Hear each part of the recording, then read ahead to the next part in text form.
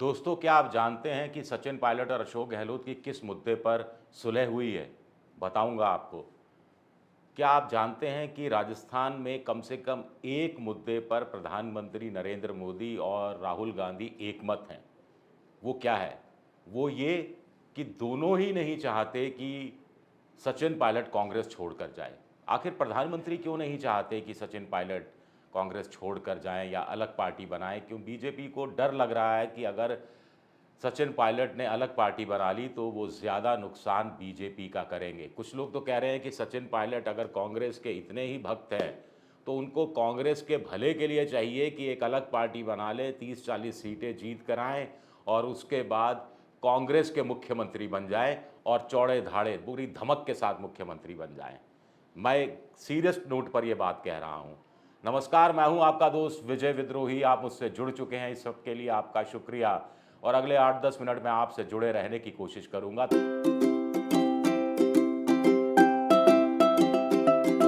सुलह की बात कर रहे थे कि आखिर दोनों में क्या सुलह हुई है, सचिन पायलट और अशोक गहलोत में। कुल मिलाकर अगले 10 दिन का एक शांति काल है। अगर ये शांति काल शांति से गुजर गया तो राजस्थान में कांग्रेस का अमृत काल शुरू हो जाएगा। बस इस शांति काल में करना ये है कि सचिन पायलट को एक काम नहीं करना है। अगर उन्होंने एक काम नहीं किया तो 10 दिन बाद अमृतकाल हो जाएगा और सचिन पायलट का अमृतकाल भी शुरू हो जाएगा। इसी तरह अशोक गहलोत को एक काम करना है। अगर अशोक गहलोत ने वो काम कर दिया तो कांग्रेस का अमृतकाल शुरू हो जाएगा, शांति काल ढंग से गुजर जाएगा। बहुत उलट-बांसियाँ हो गई, बहुत जलेबी बना दी मैंने। चलिए थोड़ा इसका रस का इंतज़ार कीजिए, इंतज़ार का फल बड़ा मीठा होता है। पहले बात कर लेते हैं, बीजेपी खेमे में बड़ी बेचैनी है, बड़ा दर्द हो रहा है कि हाय ये क्या हो गया, सुलह कैसे हो गई। राज्यवर्धन राठौड़ ने कह दिया 4 दिन की चांदनी है, फिर अंधेरी रात है। या किसी ने कह दिया कि साहब 4 बार पहले भी इस तरह का फ़ोटो सेशन हो गया, ये चौथा फ़ोटो सेशन है, पहले 3 बार कुछ नहीं हुआ तो अब आखिर भाई ये कांग्रेस का अंदरूनी मामला है, इसमें बीजेपी को क्या लेना देना। लेकिन बीजेपी परेशान है। बीजेपी परेशान है क्योंकि सचिन पायलट ने अगर कांग्रेस छोड़ दी, अपनी अलग पार्टी बना ली, तो ज़्यादा नुकसान बीजेपी को वो कर सकते हैं, खासतौर से पूर्वी राजस्थान में गूजर बेल्ट में। माना जाता है कि 22 सीटें ऐसी हैं जो सीधे सीधे गूजर प्रभावित हैं।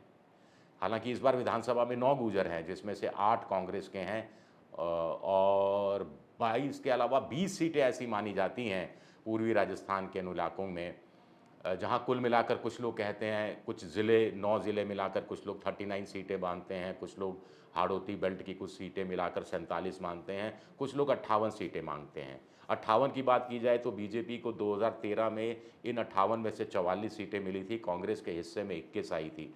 लेकिन 2018 में कहानी पूरी तरह से बदल गई थी क्योंकि सचिन पायलट थे और गूजरों ने बढ़ चढ़ कर सचिन पायलट के पक्ष में वोट दिया था और कांग्रेस की झोली में 58 में से अधिकांश सीटें गई थी, 50 के लगभग। तो इस बार क्या होगा? इस बार बीजेपी को लग रहा है कि अगर कांग्रेस के अंदर सचिन पायलट रहते हैं तो गूजर बेल्ट में पिछली बार जो सचिन पायलट के साथ गूजर वोटर चला गया था उसमें से बहुत कुछ नहीं जाएगा, क्योंकि पिछली बार तो मुख्यमंत्री बन रहे थे, इस उम्मीद में लोगों ने दिया था। इस बार तो कोई उम्मीद है नहीं मुख्यमंत्री बनने की, तो गूजर फिर वोट नहीं देंगे या फिर बीजेपी के फोल्ड में चले आएंगे। लेकिन लेकिन लेकिन लेकिन बीजेपी को सबसे बड़ा डर सता रहा है, मोदी जी को डर सता रहा है। यही वजह है कि भीलवाड़ा के आसींद में देवनारायण के मंदिर में वो गए और पिछली बार दौसा आए, नेशनल ये जो हाईवे का एक हिस्से का उद्घाटन करने के लिए। एक हिस्से का भाई कौन उद्घाटन करता है, पूरा हाईवे का उद्घाटन करता है, लेकिन आए क्योंकि गूजर बेल्ट में साधना है अपने वोटरों को। तो डर है एक कि गूजर फिर सचिन पायलट के साथ चले जाएंगे, कुछ और दूसरी जातियां भी सचिन पायलट के साथ सहानुभूति का वोट दे देंगी और इससे पूर्वी राजस्थान में बीजेपी की हालत पतली हो जाएगी और बीजेपी को सबसे ज़्यादा नुकसान उठाना पड़ेगा। कांग्रेस का तो जो होगा सो होगा, वो तो अलग बात है। और दूसरी बात यह है, उनको डर लग रहा है कि अगर सचिन पायलट ने अलग पार्टी बना ली तो वो सिर्फ अपनी पार्टी के दम पर चुनाव नहीं लड़ेंगे, वो टैक्टिकल अंडरस्टैंडिंग करेंगे।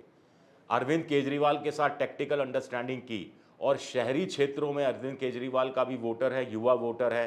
केजरीवाल युवा, सचिन पायलट युवा, बेरोजगारी के खिलाफ मुहिम, परीक्षा में नकल के खिलाफ मुहिम। तो इस सब का फ़ायदा शहरी क्षेत्र में युवा वोटरों को, और आप भूले नहीं, सचिन पायलट ने जो कहा था कि युवाओं के पाँव के छालों का दर्द मैं समझता हूँ, इन छालों का दर्द मैं कभी भूलने नहीं दूंगा।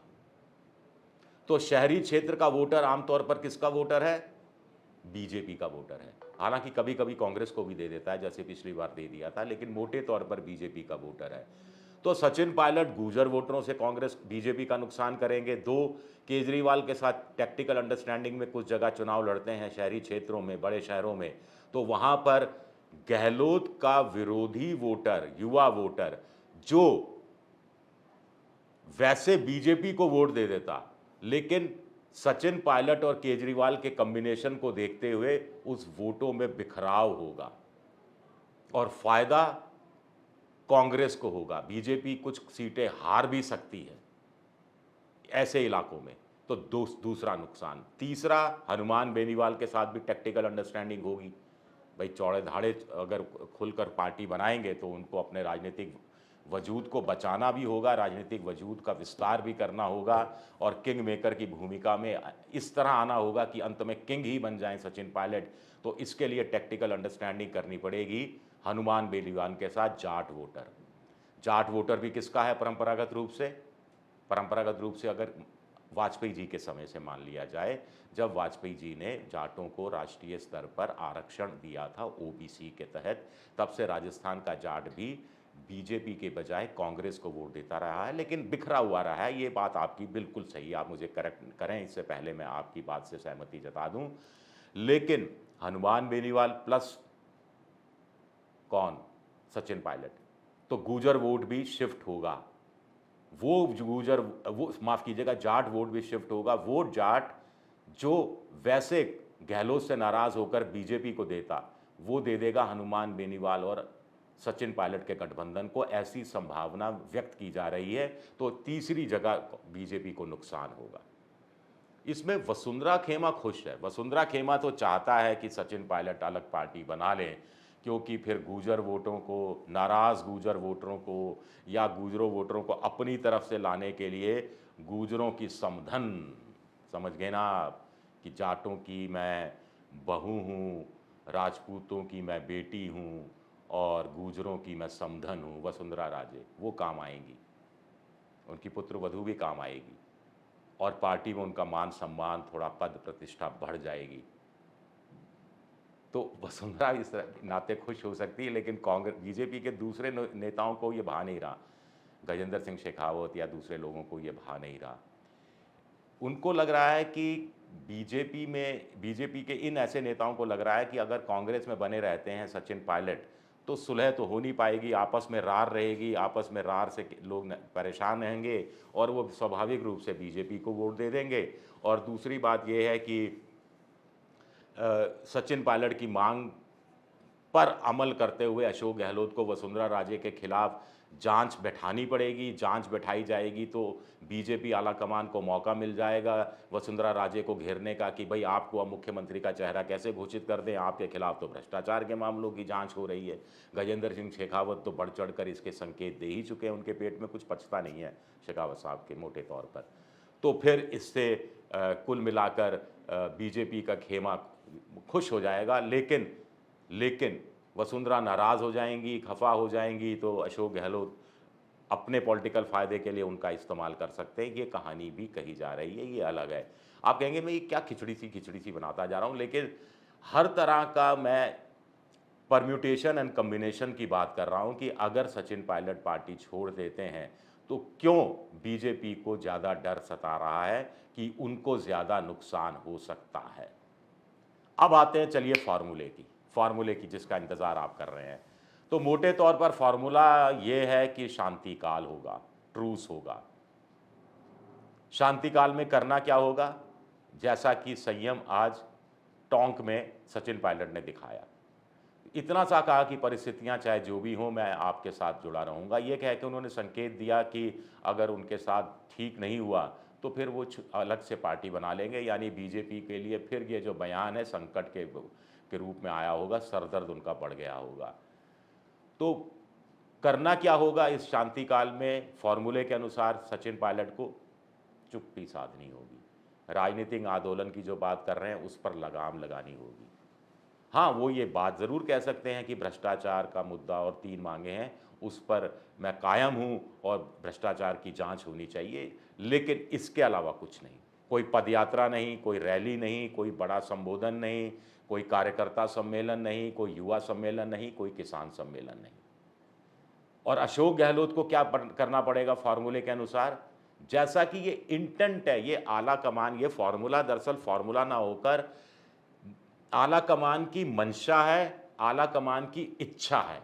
और आला कमान की इस मंशा का, आला कमान की इस इच्छा का अगर सचिन पायलट मान सम्मान रखेंगे तो आला कमान भी सचिन पायलट का मान सम्मान रखेगा, जैसा कि उनको भरोसा कुल मिलाकर राहुल गांधी ने दिलाया है। और ऐसा ही मंशा और इच्छा का सम्मान अशोक गहलोत को करना पड़ेगा और उनको क्या करना पड़ेगा? सचिन की मांगों पर सहानुभूतिपूर्वक विचार करना होगा। हाँ, आरपीएससी का पुनर्गठन और वो संवैधानिक संस्था है, बिल लाना पड़ेगा और केंद्र तक के पे जाएगा और संसद की मंजूर, ये तमाम चीज़ें जो अटकलेबाजी कही जा वो सब होंगी, ये सब जो हर्डल्स की बात कही जा रही है। लेकिन भ्रष्टाचार के मामलों की जांच के लिए तो कोई एक कदम उठाना पड़ेगा, कुछ तो कहना पड़ेगा कि कोई रिटायर्ड जज की अध्यक्षता में जांच होगी, भले ही वो कमीशन ऑफ इंक्वायरी एक्ट के तहत नहीं हो, लेकिन कुछ उनको अपनी तरफ से करके दिखाना होगा। तो ये फॉर्मूला मोटे तौर पर बन रहा है, क्योंकि सचिन पायलट, आपको मैं फिर बता दूं कि सचिन पायलट कतई मुख्यमंत्री नहीं बनना चाहते इस समय। 6 महीने के लिए मुख्यमंत्री बनने में कोई इंटरेस्ट नहीं है। प्रदेश अध्यक्ष बनाओ, प्रदेश चुनाव समिति का गठन करके उसकी कमान सौंपो, कुछ भी करो, लेकिन वो चाह रहे हैं कि एक सम्मानजनक पद मिले, उनकी सम्मानजनक ढंग से वापसी हो। कुछ लोग कह रहे हैं कि अशोक गहलोत ने अगर उनकी 3 मांगों में से एक मांग तो पूरी तरह से रिजेक्ट हो चुकी, कायदे से तो अशोक गहलोत तीसरी मांगे या 2.5 मांग रिजेक्ट कर चुके, लेकिन उनको कम से कम 1.5 मांग माननी पड़ेगी। और अशोक गहलोत ने, कुछ लोग कह रहे हैं 1.5 मांग मान भी ली तो भी सचिन पायलट का मान सम्मान रह जाएगा और आला कमान कहेगा कि बस इतना मान सम्मान आपका हमने बचा लिया, अब बाकी का चुनाव के बाद देखेंगे। लेकिन सचिन पायलट इससे मानने वाले नहीं हैं, कतई नहीं मानेंगे। उनको एक सम्मानजनक पद चाहिए, सम्मानजनक प्रतिष्ठा चाहिए, ताकि कार्यकर्ताओं के बीच भी उनकी राजनीति चलती रहे, उनका राजनीतिक वजूद कायम रहे, जिससे अंततः फ़ायदा बीजेपी के बजाय कांग्रेस को ही होगा, अशोक गहलोत के ही हाथ मजबूत होंगे। तो ये है शांतिकाल बनाम अमृतकाल बनाम बीजेपी का संभावित संकट काल बनाम बनाम बनाम। चलिए, मेरा ये वीडियो देखा आपने, इसके लिए आप सबका शुक्रिया बहुत बहुत।